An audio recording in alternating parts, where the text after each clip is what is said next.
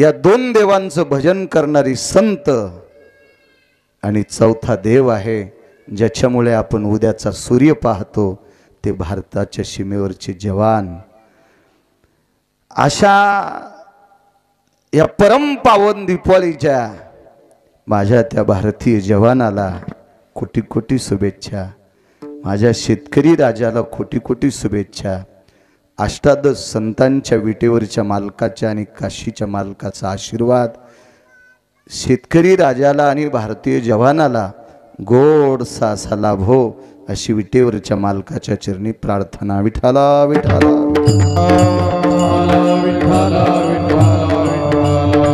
सज्जनांनो, तुमच्या समोर मी नमूद केलता तुकोबारायचा अधिकार माझ्या अल्पशा वाणीनं तुमच्या पुढे मांडला। तुकोबाराय इतकी मोठी आहे, यमाच्या डोक्यावर काळ द्यायची योग्य पाय द्यायची ताकद तुकोबारायची, अधिकार आहे त्यांचा, वजन आहे त्यांचं, नाविन्य आहे त्यांचं।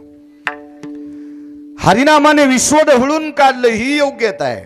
मोक्ष सुखाला लात आणणारी माणसं आहेत, मोक्षाला कामाला ठेवणारी माणसं आहेत, यमाला सलाम करायला लावणारी माणसं आहेत। एवढा मोठा अधिकार आहे। ब्रह्मांडाचा मालक तुकोबारायकडे स्वतःहून यायचा, पाहुणे घराशी आजी आले ऋषिकेशी, काय करू उपचार कोप मोडकी जर्जर। ह्या सर्व गोष्टीनं परिपूर्ण असणारी तुकोबाराय, तरी पण एका वानराचं दर्शन घेतात। मारुतीरायाला वानर शब्द वापरला।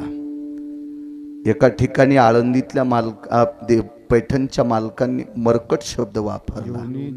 हो, माझी पात्रता नाही बरं, त्यांचं वाक्य सांगतोय। एका ठिकाणी पशु शब्द वापरला।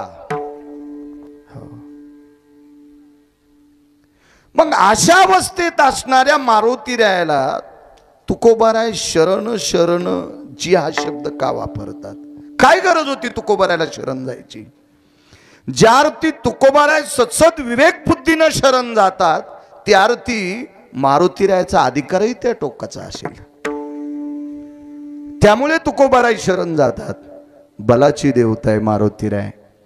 या गावातल्या तरुणांना विनंती करील, रोज सकाळी स्नान झाल्याच्या नंतर आपल्या कामाला, ज्या कामाला निघून जायचे, या मालकाच्या पुढे डोकं टेकून निघून जा, दिवस सफल जाईल, गोड जात जाईल। अत्यंत नाविन्यपूर्ण अधिष्ठान आहे ते मारुतीरायाचं।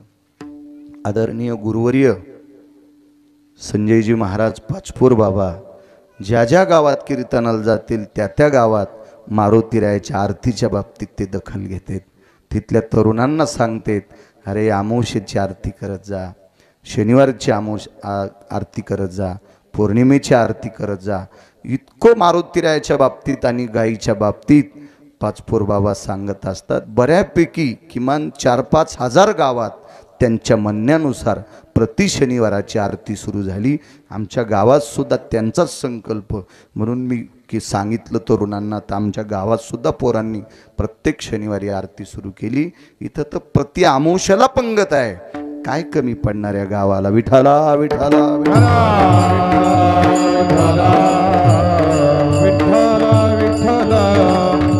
मारुतीरायाच्या एका गोष्टीनं बाकीच्या गोष्टी जर बघत राहिल्या तर मारुतीराय पाला खाणार आहेत। वणीच्या पाले खाईरा, मी सांगत नाही, मालकांचा शब्द आहे। पाला खावनिया वाहिले पर्वत, पाला खावनिया वाहिले पर्वत,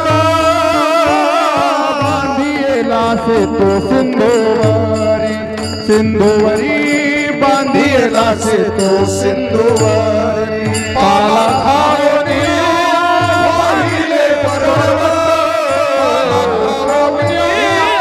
वाहिले पर्वत, बांधिला से तो सिंधुवरी, सिंधुवरी बांधिला से तो सिंधुवरी। मला सांगायचं, साखर भात तूप गावरान तूप खाणाऱ्यांचं तर कोणी वर्णन करील? पाला खावनिया वाहिले पर्वत, बांधिला सेतू सिंधुवरी। 1200 किलोमीटरचा पूल बांधला मारुतीरायानं। म्हणजे रानातल्या पाला खाणारी व्यक्ती आहे, तरी पण तुकोबाराय शरण जातात. काय नाविन्य असेल मारुतीरायाकडं की ज्या अर्थी तुकोबारायांनी त्यांच्या पाया पडावं.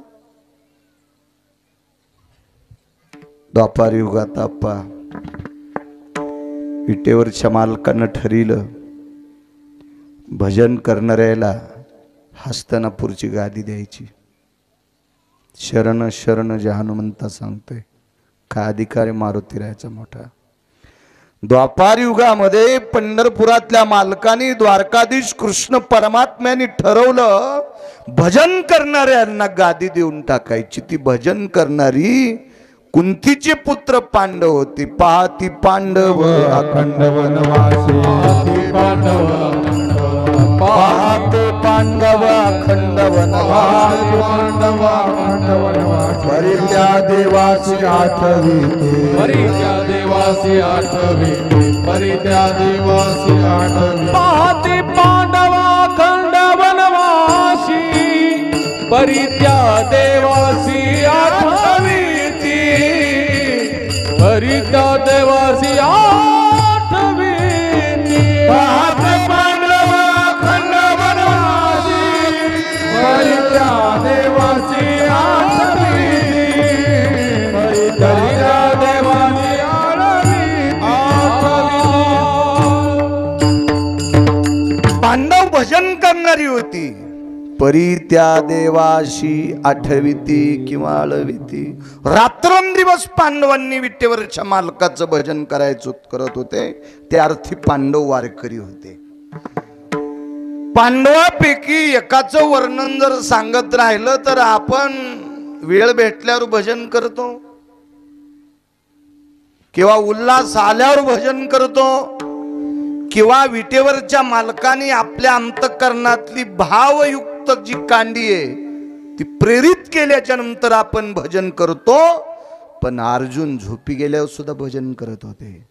निद्रायं भयस्थितेषु वरुतायत कायायाम नामने द्वयपायना मुच्छतेन कृष्णाय. झोपी गेल्यावर अर्जुनाच्या अंगावरचे रोम कृष्ण कृष्ण म्हणत होते. त्यावर ती किती निष्ठावंत वारकरी असतील ते. म्हणून तर विटेवरचा मालक यांच्यासाठी पिसा झालता. नवल पिस लागलो होता अर्जुनाचं नवल पिस. कोपे तरी निवांत साहे हा रुसे तरी बुझावीत जाये. पिसा या शब्दाचा अर्थ वेडा. ब्रह्मांडाचा मालक या अर्जुना करता वेडा झालता पागल झालता. इतकी भक्तीचं टोक. आणि या भजन करणाऱ्या लोकांना सुखरूप हस्तिनापूरची गादी मिळावी. त्यांनी प्रजेचं पालन यथोचित रयतीच्या राजा छत्रपती शिवाजी महाराजांसारखं करावं असा भाव विटेवरच्या मालकाच्या अंतःकरणात होता. पण समोरच्या पक्षात भयानक शक्तिशाली लोक होते. भयानक सात्विक पण होते. समोरचा पक्ष जरी नालायकाचा असेल पण त्याच्यात निष्ठावंत लोक होते. भीष्माचार्यासारखा पवित्र ब्रह्मचारी त्या पक्षात होते. द्रोणाचार्यासारखा युद्ध कौशल्यातला महात्मा त्या पक्षात होते.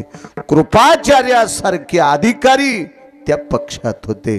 कर्णासारखा धुरंधर मानवी शिव त्या पक्षात होता. झाली 4 नावं. मग अशी प्रभाव